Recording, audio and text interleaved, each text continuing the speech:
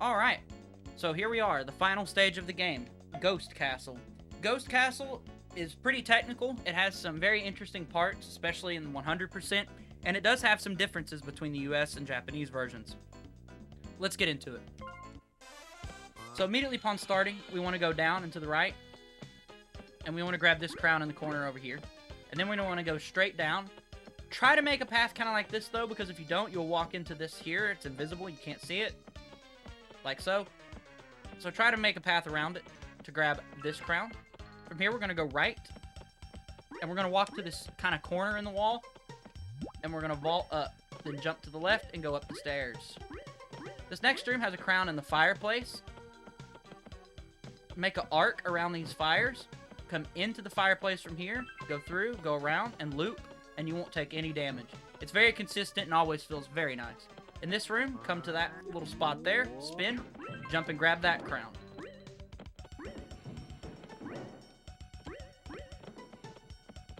We're going to go straight through here into this door. So here we have a 100% exclusive room. There's 2 rooms like this in GC. This particular room is somewhat challenging. I definitely recommend working on it.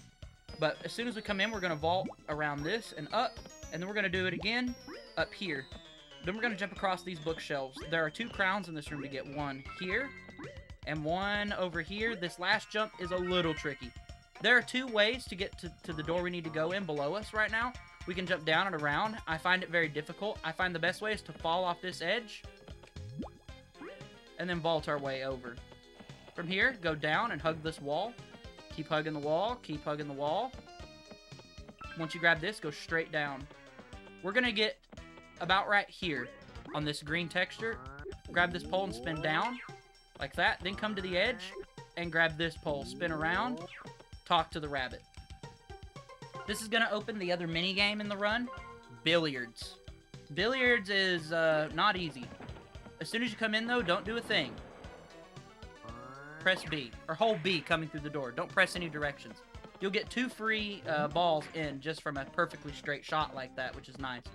Then just do your best to play billiards. In the US version, there is a glitch that greatly simplifies billiards, but unfortunately, we cannot do that glitch in the Japanese version, so we are stuck just, you know, playing billiards to the best of our ability. It's obviously somewhat slow to just continually try and wait for the cue ball to stop to line up our shots. So we just try to spam and hit everything as much as possible and hope things work out for the best. Sometimes they do, sometimes they don't. Anyway, once you're done, the crown will spawn here at the exit. You leave. Afterwards, make sure to go out of free cam and then spin across. We're going to go back through the library. Vault. Now, there are 2 ways over this bookshelf. You can actually do a neutral vault over, but you can do a regular vault as well, of course. Through this door, then up the stairs. Stay to the right. We're going to grab this crown, and then we're going to continue on. Try to jump over these enemies. Through the door. No crowns in this room, thank goodness. This room is terrible.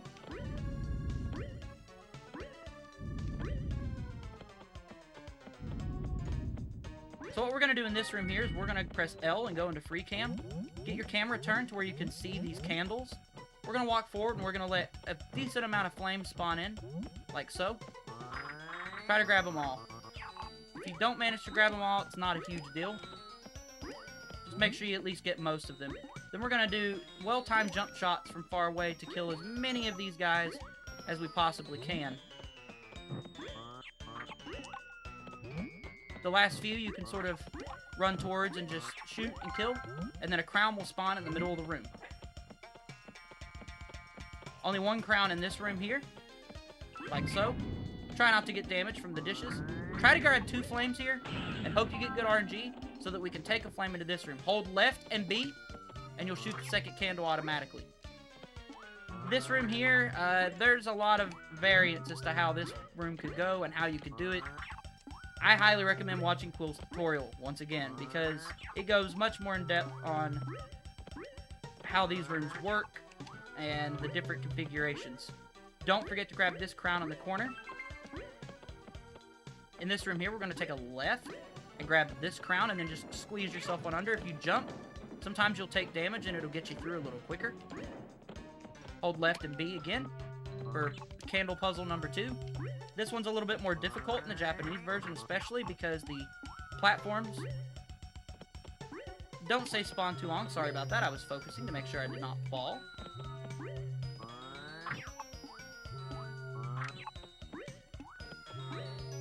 Don't forget this crown here. Excuse me. Try to have some fire left. Grab this crown. These rooms are RNG. We got pretty good RNG second try, but don't forget this crown in the back window. In this room, we want to go free cam. Turn. We want to come into this corner and grab this.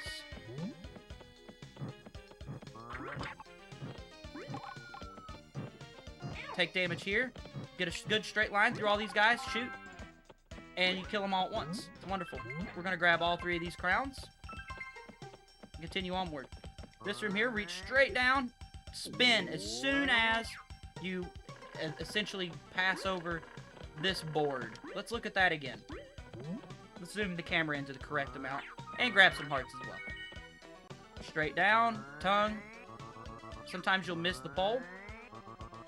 It's at a fairly finicky angle.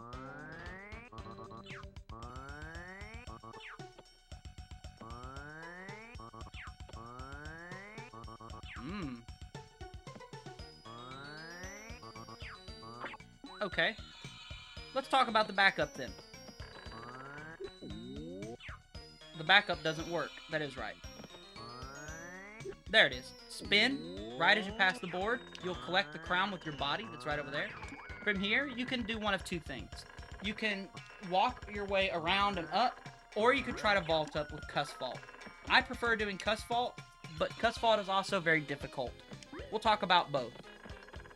In this category, you're going to end up behind the pole, so you'll have to do Cuss Vault from behind to work your way up to collect the last crown in the stage. It's pretty tricky. Definitely practice it. It saves a lot of time from walking around and working your way all the way over here. Although there is an alternative strategy that's not too slow, that's worth talking about. If you do end up walking your way around because you don't want to try for Cuss Vault, oops. Oops. Come on. There we go. You can pretty much make that spin if you go into the wall. Let's take a look. And actually make it.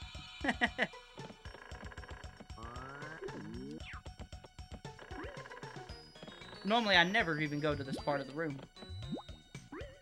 Come all the way into the wall. Grab this pole. And you can spin straight into that crown.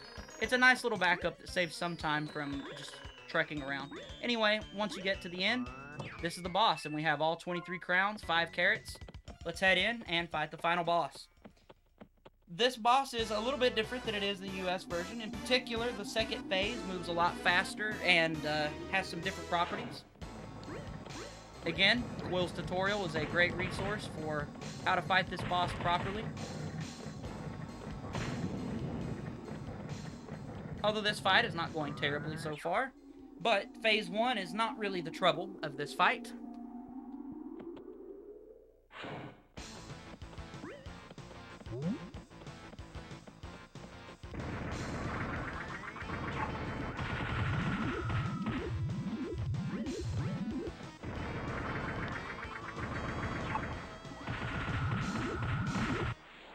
And that's Chameleon Twist 100% JP.